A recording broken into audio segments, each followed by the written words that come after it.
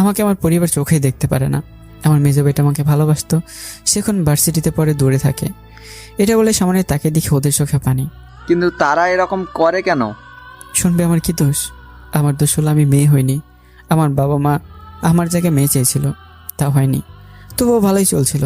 কিন্তু যখন থেকে আমার ফুফাতো বোন শিফা আসছে, তখন থেকে আমার অবহেলিত অধ্যায় শুরু। এই ব্যাপার, তাহলে থাকিস কেন ওই বাড়িতে? চলে আয় আমাদের বাসায়। না থাক, তারা আমাকে যতই কষ্ট দেখ আমি তাদের সাথেই থাকবো। ও ভাই, সাবধানে থাকিস। আচ্ছা সবাই বাসায় যাই, না হলে আবার এনেও আমাকে মারতে পারে। ওকে, যা তাহলে। ওদের থেকে বিদায় নিয়ে বাসার দিকে হাঁটতে শুরু করলাম। কিছু দূর যেতেই দেখি শিফা দাঁড়ানো। আমি দেখেও না দেখার ভান করে হাঁটতে লাগলাম। শিফা এসে আমার সামনে দাঁড়ালো। তুমি আমাকে দেখেও না দেখার ভান করে চলে যাচ্ছ কেন? দেখ বোন, আমার বাসায় যেতে হবে তাড়াতাড়ি, দেরি হলে মারতে পারে আমাকে। যাবে তো বাসায়, আমার সাথে যাবে, দুজনে একসাথে যাব। একসাথে যাব মানে? হুম। বলে একটা রিক্সা দাঁড় করালো। শিফা রিক্সা উঠে গেল। রিক্সায় উঠো। না থাক, লাগবে না, আমি হেঁটে যেতে পারবো। উঠতে বলছে উঠো, না হলে যে আজকে সিগারেট খেয়েছো সেটা বাসায় বলে দিব। তখন বাধ্য হয়ে রিক্সায় উঠলাম। ভাবতে থাকলাম মেয়ে জানলো কি করে। কি হলো ভাবতেছো আমি জানলাম কি করে তুমি সিগারেট খেয়েছো? মাথা নাড়িয়ে হ্যাঁ বললাম। আমি তোমাকে নিতে আসছিলাম, এসে দেখে সিগারেট খাইতেছো বন্ধুদের সাথে, তাই দূরে হেঁটে এখানে এসে দাঁড়ালাম তোমার জন্য। আচ্ছা তুই আমাকে নিতে এসেছিস কেন? আমার ইচ্ছে হয়েছে তাই, এখন চলো। আমি আর কোনো কথা বললাম না।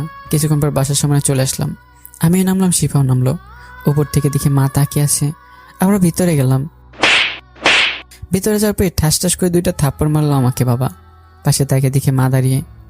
আমাকে মারলেন কেন? মারবো না তো কি করব? তুই শিপার সাথে রিক্সায় আসলি কেন? তুই হেঁটে হেঁটে আসবি।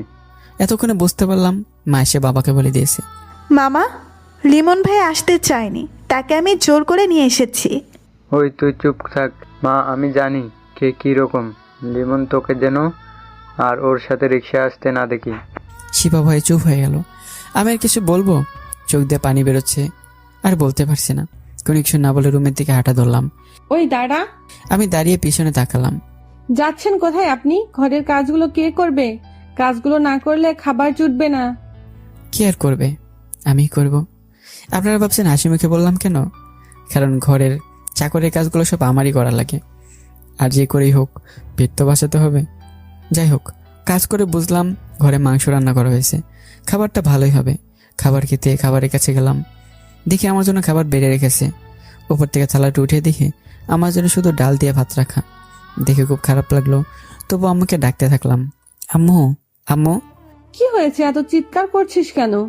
আমার জন্য শুধু ডাল দিয়ে ভাত রেখেছো কেন? আজকে তো মাংস রান্না হয়েছিল। তোকে যা দিচ্ছি তাই দিয়ে খা, এর বেশি তোর কপালে নেই। আর কিছু বললাম না, চোখ দিয়ে পানি বের হয়ে গেল। মা চলে গেল। ক্ষুধা লাগছিল অনেক, কিন্তু খেলাম না। রুমে চলে গেলাম। রুমে গিয়ে হালকা শুতে গিয়েই শরীর ক্লান্ত থাকায় ঘুমিয়ে গেলাম। হঠাৎ অনুভব করলাম কি যেন আমাকে মারছে। আমি চোখ খুলে দেখি মা লাঠি দিয়ে মারতেছে। কি নবাবজাদা, আপনার ঘুম হয়েছে? জানেন না আপনার বিকালে কত কাজ আছে? মার মেরো না, খুব ব্যথা পাচ্ছি। তুই তাড়াতাড়ি উঠে বাসনপত্র ধুয়ে দে। মায়ের মার থেকে বাঁচতে চলে গেলাম বাসন মাজতে। তারপর সব বাসনে মাজতে থাকলাম। তখন শিপা আসলো। দাও এগুলো, আমি করতেছি, তুমি দেখো এদিকে কেউ আসে কিনা। না থাক, আমি পারবো, তোকে করতে হবে না। তুই আর আমাকে মার খাওয়াস না, তোর জন্য সকালে মার খেলাম। শিবার কিছু বললো না, ও মনে হয় কষ্ট পেয়েছে, তাই মন খারাপ করে চলে গেল। তারপর আমি সব কাজ করে ওই খাবার খেয়ে টিউশনি করতে গেলাম। তারপর তাদের পরে বাসায় আসার জন্য হাঁটা দিলাম। হাঁটতে হাঁটতে বাসায় চলে আসলাম। বাসায় এসে হালকা কিছু কাজ করলাম, তারপর পড়তে বসলাম। কিছুক্ষণ পড়ালেখা করে খেতে গেলাম। দেখি সবাই খাচ্ছে। অবশ্য এতে আমার কোনো দুঃখ নেই, কারণ তার প্রতিদিন আমাকে রেখে খায়। দেখি পাশে আমার প্লেট বেড়ে রেখেছে। আমি চেয়ারে বসে প্লেট উঠালাম। দেখি এখনো ডাল দিয়ে ভাত রেখে দিয়েছে আমার জন্য। পাশে তাকিয়ে দেখলাম তাদের প্লেটে মাংস। হালকা মন খারাপ হলেও খেয়ে নিলাম। তারপর রুমে চলে এলাম। পড়তে বসলাম, বাট গরমের জন্য পড়তে পারতেছি না ঠিক মতো। প্রতি রুমে ফ্যান থাকলেও আমার রুমে নেই। টি শার্ট খুলে পড়তে বসলাম। কিছুক্ষণ পড়ালেখা করলাম, ঘামে শরীর ভিজে গেছে। তারপর দিলাম ঘুম। সকালবেলা ঘুমতে করে দেখি 8টা বেজে গেল, কেউ আমাকে মেরে ঘুম ভাঙায়নি। আমার ভাবতে অবাক লাগতেছে, প্রতিদিন তো 7টার মধ্যে আমি ঘুম থেকে না উঠলে আমাকে মারতে মারতে শরীর ব্যথা করে দেয়।